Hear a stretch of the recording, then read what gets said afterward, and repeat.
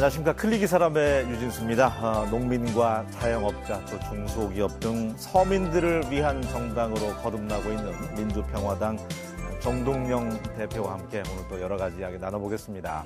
안녕하세요. 안녕하십니까. 뒤늦었지만 진심으로 축하드립니다. 감사합니다. 예, 우리 문재인 대통령께서도 또 축하 전화까지 주셨다면서요.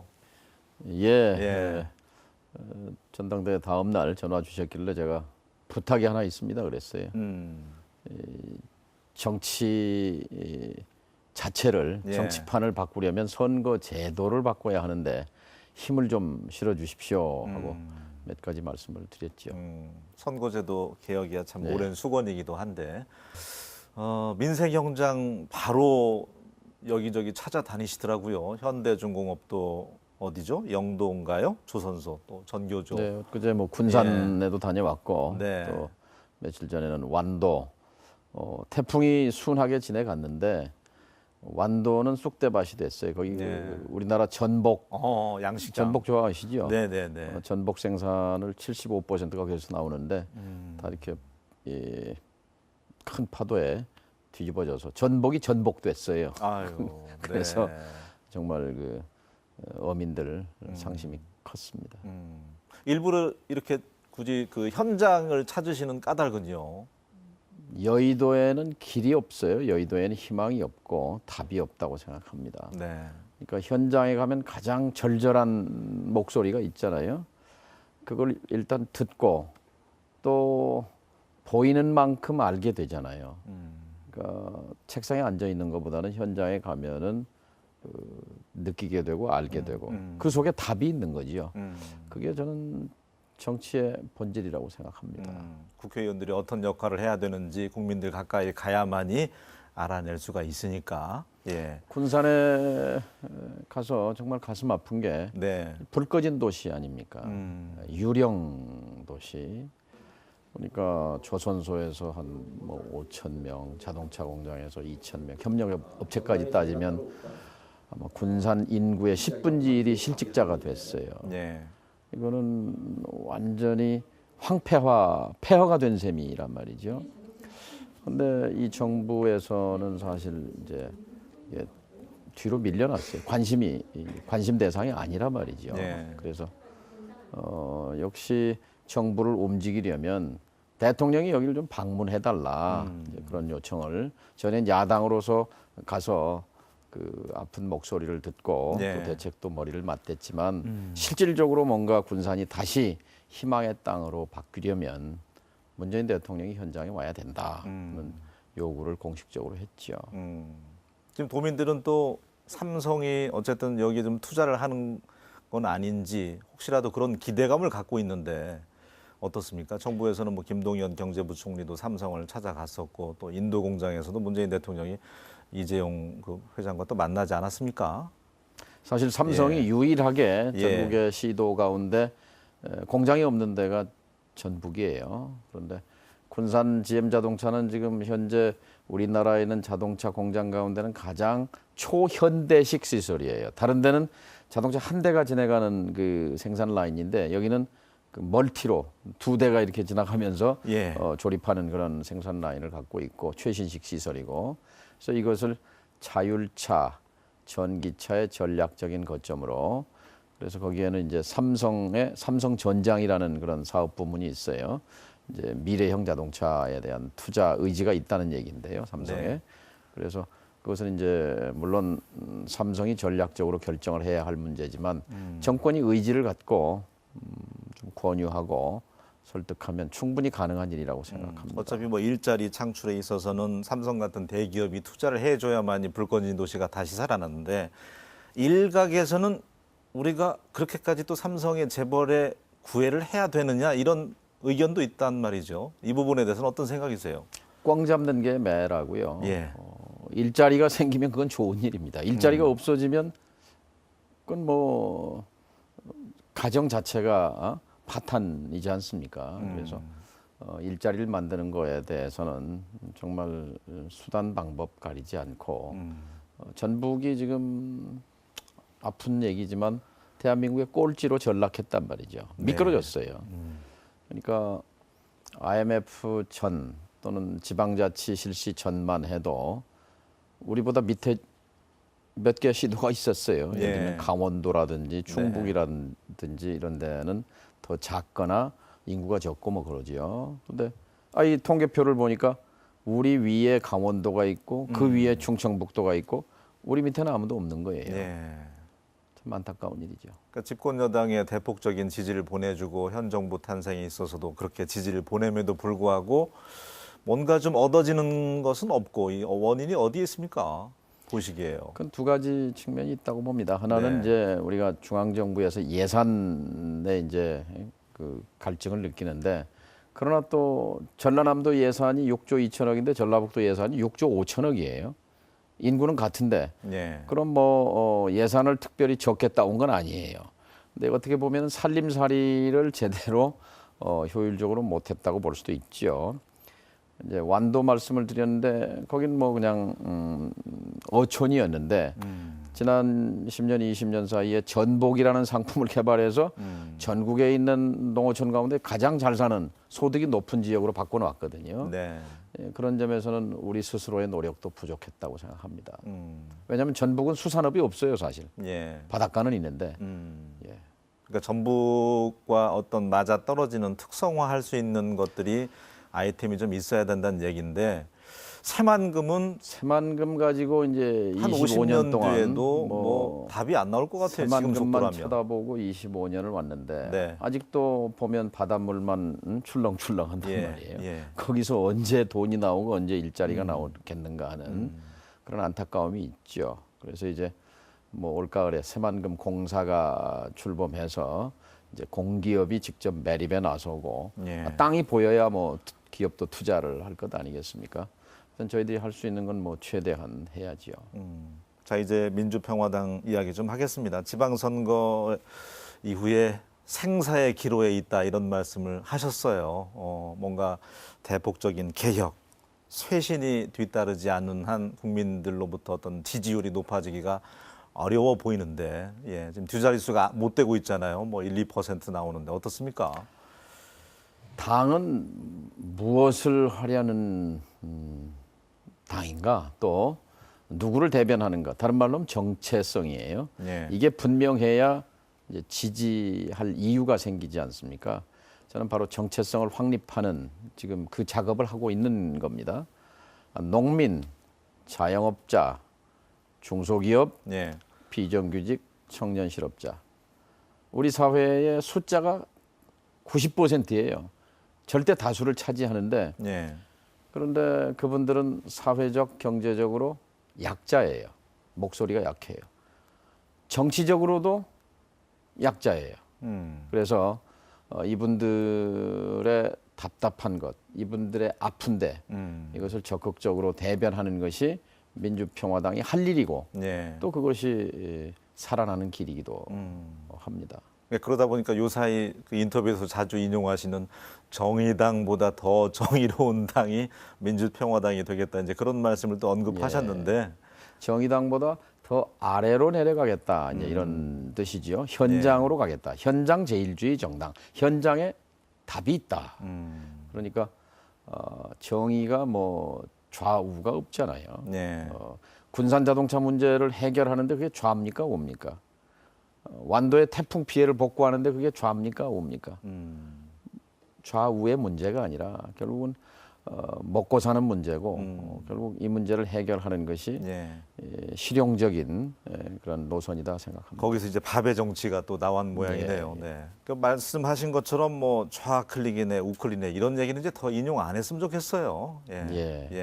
그리고요, 이제 판문점 선언, 한반도의 이런 그 남북 간의 적대와 대결 이런 시대를 넘어서고 또 2년 전에 이제 촛불 혁명으로 이제 새로운 세상이 열린 거거든요. 근데 아직도 여전히 과거의 잣대로 조금만 진보의 모습을 보이는 좌편향이네. 뭐 이런 구분은 더 이상 뭐 유효하지 않다. 불필요하다. 알겠습니다. 현 정부가 참 잘하고 있는 거 한 가지 하고요. 이거는 정말 잘못 가고 있다. 잘못하고 있는 거 한 가지만 말씀을 해주신다면요. 역시 남북 평화 문제죠. 적대, 대결. 올해 70년이었거든요.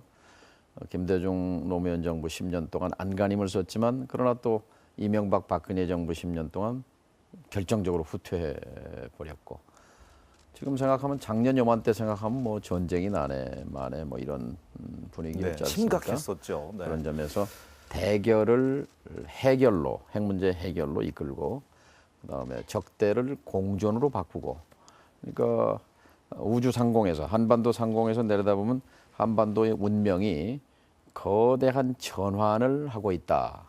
이것은 뭐 문재인 대통령께서 뭐 그건 잘하고 있다고 잘하고 생각합니다. 있다. 네. 근데 문제는 이제 중요한 건 먹고 사는 문제잖아요. 장사가 잘 되는가, 취직이 잘 되는가, 이거는 오히려 더 나빠지고 있다는 게 이제 통계로 나오니까 네. 이 정권에서도 이제 허둥지둥하는 것 같고요. 뭔가 지금 제대로 작동을 안 하는 거지요. 네. 그러니까 정부가 내세우는 소득 주도 성장, 뭐 좋은 말입니다. 네. 또 공정 경제, 음.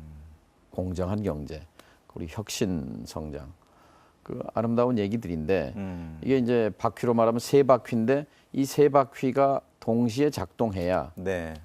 우리 경제에 활력도 생기고 성장도 되고 일자리도 늘어나고 양극화도 줄어들 텐데 제가 보건대는 공정 경제와 혁신 성장의 두 바퀴는 잘 안 돌고 있다 이렇게 생각하고 또 소득 주도 성장과 관련해서도 최저임금 하나만 이제 지나치게 부각이 되는데요. 최저임금을 올리게 되면 예. 소득이 느는 사람이 있잖아요. 네. 최저임금이 올라가니까 아르바이트생이라든지. 반면에 네. 또 일자리를 잃는 사람이 있단 말이에요. 그것 예. 때문에.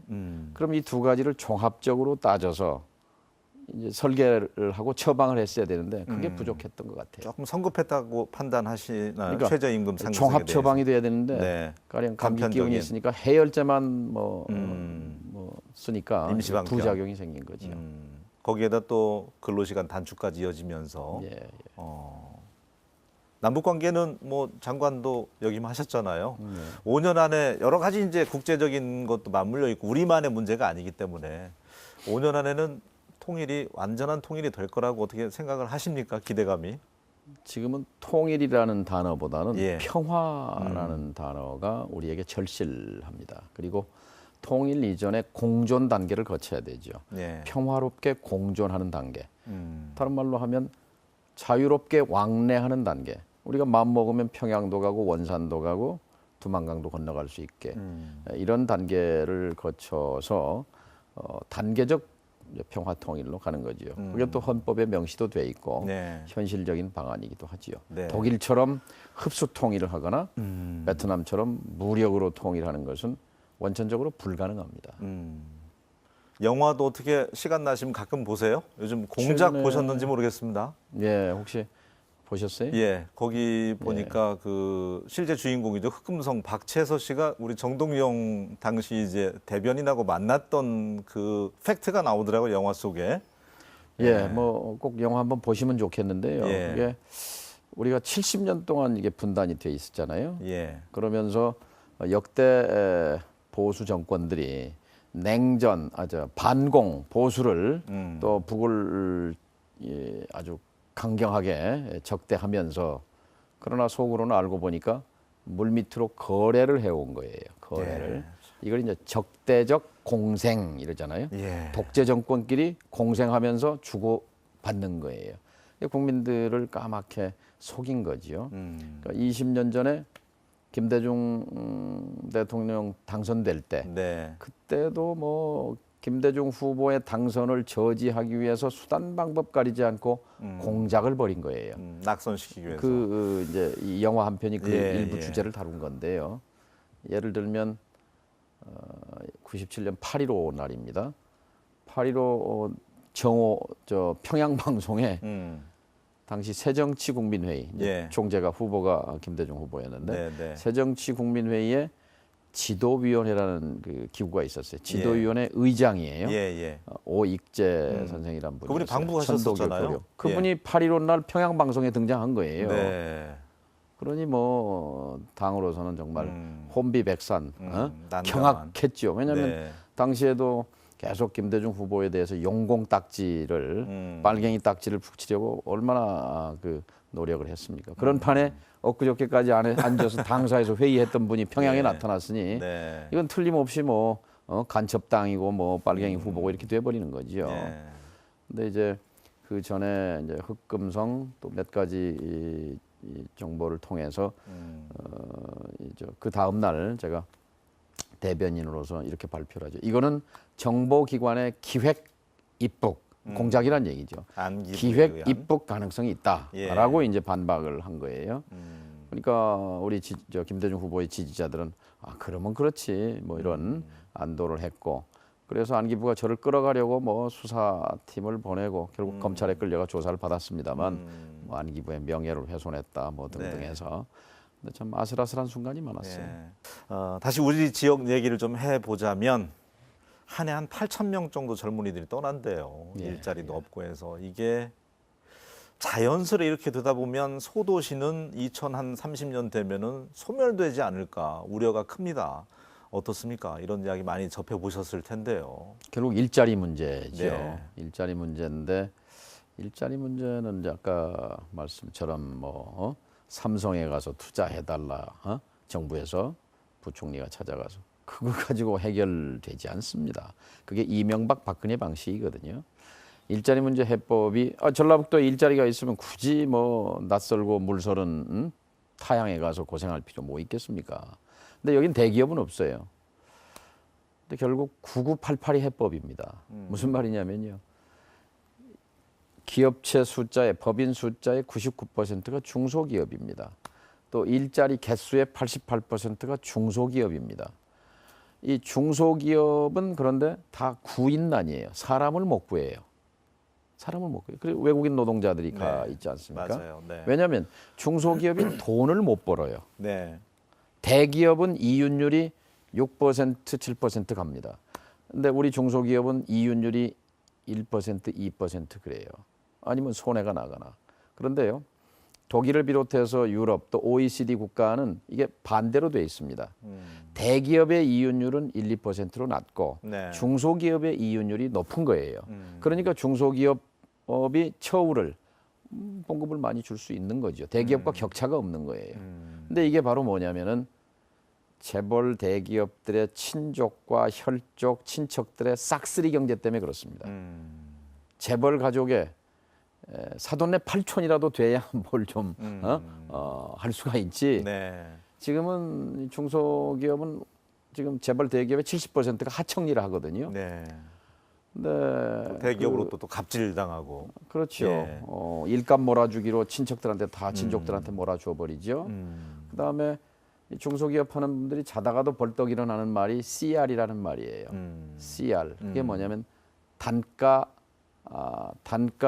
인하예요. 단가 후려치기. 네. C는 코스트라는 말이고 네.